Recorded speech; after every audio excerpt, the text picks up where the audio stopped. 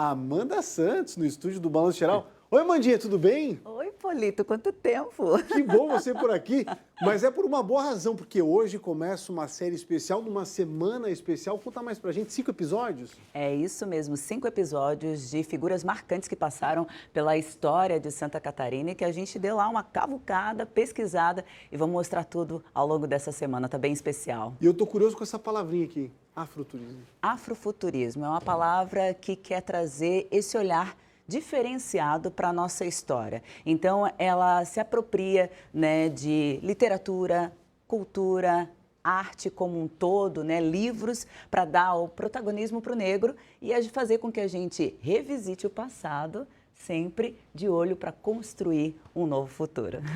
E ela deu uma cavucada boa em várias histórias interessantíssimas. Hoje tem uma delas. Exatamente. Vamos falar sobre isso então? Vamos. Olha só, hoje a gente vai falar, gente, sobre alguns maestros que passaram pela banda da Polícia Militar. É isso, a gente vai falar sobre Penedo, sobre Pompeu e também sobre Quel. Algumas personalidades negras que ajudaram aí a transformar Santa Catarina, mas nem sempre são lembradas. Então, olha só.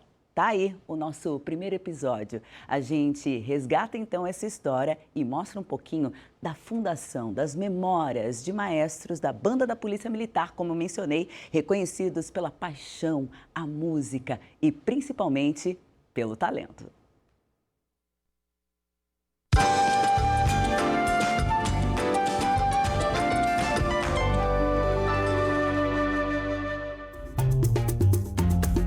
O Brasil é formado por diversas nacionalidades.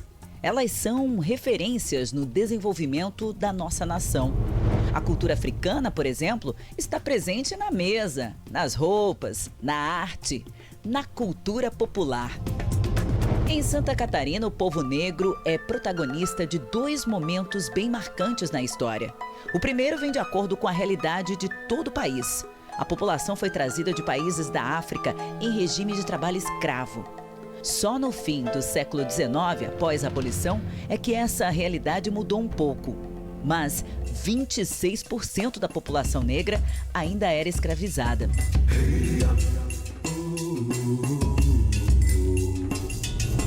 O outro lado marcante e que está adormecido na história catarinense é a presença negra no contexto político-social.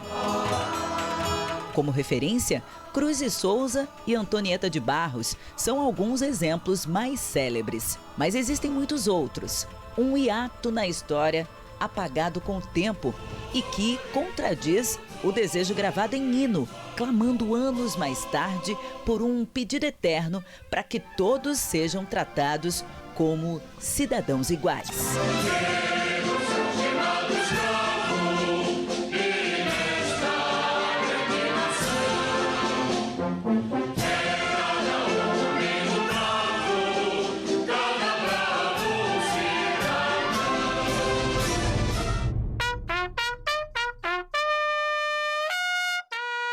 O toque da alvorada anunciava um novo amanhecer.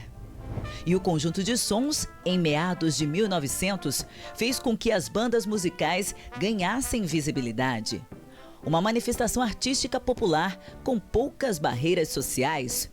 Um pouco antes, ainda em 1892, nascia o Concerto do Piano Catarinense, o apelido carinhoso da banda da PM. Foi numa manhã de sábado, véspera de Natal, em frente ao Palácio do Governo, na Praça 15 de Novembro, no centro da capital, sob a regência do maestro João Augusto Penedo. Civil contratado, negro e já conhecido no cenário musical pelos trabalhos em bandas civis. Um marco que saiu em todos os jornais. Neste livro, do autor Edmundo José de Bastos Júnior, que tem carreira militar e já é conhecido por suas obras falando sobre a história da Polícia Militar de Santa Catarina, tem 2 capítulos que falam sobre o surgimento da banda da PM. O primeiro, Jornal do Comércio, de 1892, fala o seguinte: bem uniformizada, patenteando garbo militar e executando com precisão diversas peças, a banda tornou-se merecedora do louvor de todos quantos a viram. Entretanto, A banda de música do Corpo Policial, ele encerra dessa forma. Só viria a ser oficialmente criada pela Lei 89, de 21 de setembro de 1893. Ou seja, a banda de música da nossa Polícia Militar é, portanto, mais antiga do que a lei que a criou. Naquele tempo a banda era uma estrela, né? A banda tinha um prestígio enorme, né, da cidade, uma admiração, né? A banda de música tinha essa projeção. Durante uma apresentação eles tocaram aquela do Guarani, com a abertura, né? Do Guarani sem partitura, decor, né? A banda fez um sucesso, né?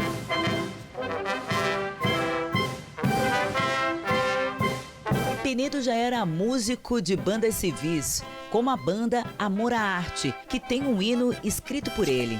Foi contratado para montar a banda da Polícia Militar e permaneceu como regente de 1892 a 1897, 5 anos. Morreu aos 74 anos, deixando um importante legado. Para mim, os baluartes da história da banda de música é o maestro João Augusto Penedo, que foi o primeiro que foi contratado, né? Para mim ele já era uma figura importante na cidade, né? Bem um pouco antes ainda de Florianópolis ser chamado Florianópolis, quando era de Desterro ainda.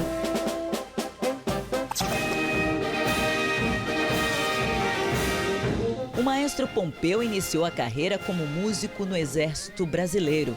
Foi sargento mestre de banda, primeiro maestro militar da corporação. Ficou 29 anos à frente dos militares músicos. Por conta das habilidades e da competência, chegou ao posto de segundo-tenente. A sala de ensaios fica aqui, no coração da sede do Comando Geral da Polícia Militar. O nome, Sala de Ensaios Tenente Pompeu, inaugurada em 34 e revitalizada em 2013. A homenagem é para um ícone para os policiais militares músicos, que se afastou um ano antes da inauguração deste espaço.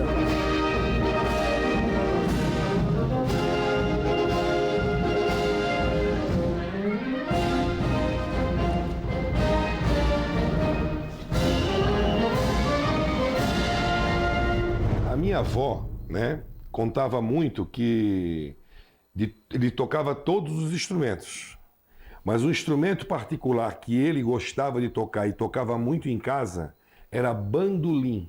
E ele tocava à noite, quando vinha da banda, ele não parava, né? E aí é muito bacana lembrar, né, ter essas memórias, porque, como diz o Dr. Jorge Amado, é o manto da cultura que protege o povo. Então, aquelas pessoas da música naquela época, eles já tinham essa consciência, né? Então, de levar a arte e a cultura para as pessoas, de maneira gratuita. E ele era a pessoa que cuidava de tudo. A espada de oficial é mantida em família até hoje e aparece em arquivos da companhia. Na trajetória musical brilhante, ele também era conhecido como um homem de muita fé. Da união dessas habilidades, foi criada uma das principais obras, o dobrado Amor e Caridade. Foi o oficial que ficou mais tempo à frente da banda de música, foi um homem também que era um grande músico, tanto na cidade como na Polícia Militar, um homem muito íntegro, né? Com uma história conta, um homem muito musical, que tinha muito sentido pela música, né? E junto com a sua espiritualidade.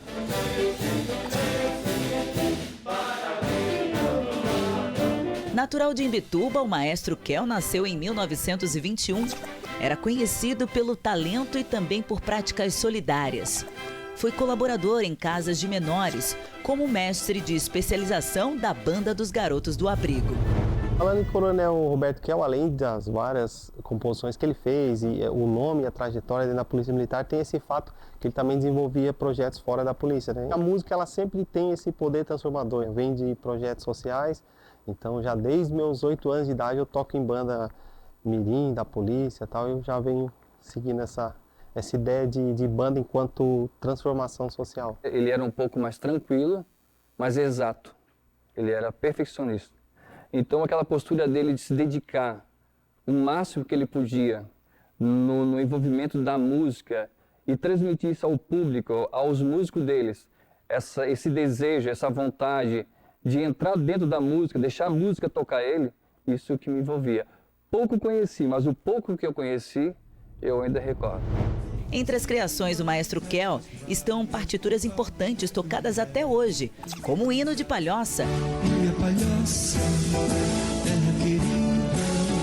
e do município de Ilhota. És o vale que os santos acharam. E também a canção oficial da PM, que este ano completa 60 anos. Ao tombarem a serviço da lei, nossos bravos heróis destemidos.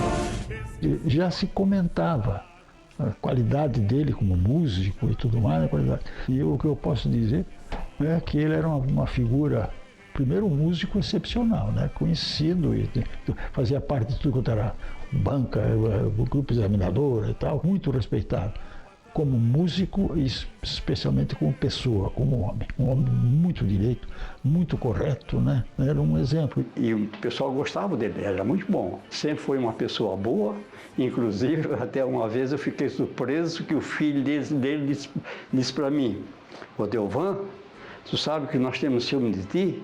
Eu digo, por quê? Não, porque meu pai, cada vez que chamou a atenção nós lá em casa, ele disse: "Vocês devem se basear no Delvan." Ou seja, pega o exemplo do Delvan, então nós tínhamos ciúme. Então, ele me tratava muito bem e eu também respeitava ele muito, né? Das partituras aos instrumentos classificados como metais, madeiras e percussões. Homens negros que escreveram seus nomes na história catarinense por meio da música, participando de momentos simbólicos do nosso estado.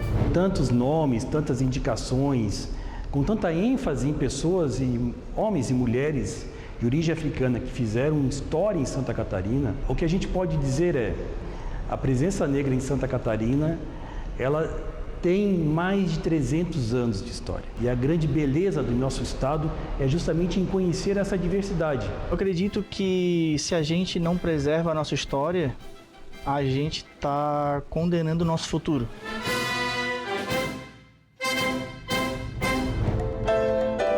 História para se contar também em uma outra área, no judiciário.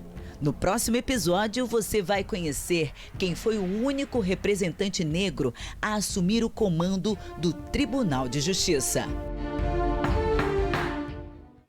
Muito legal.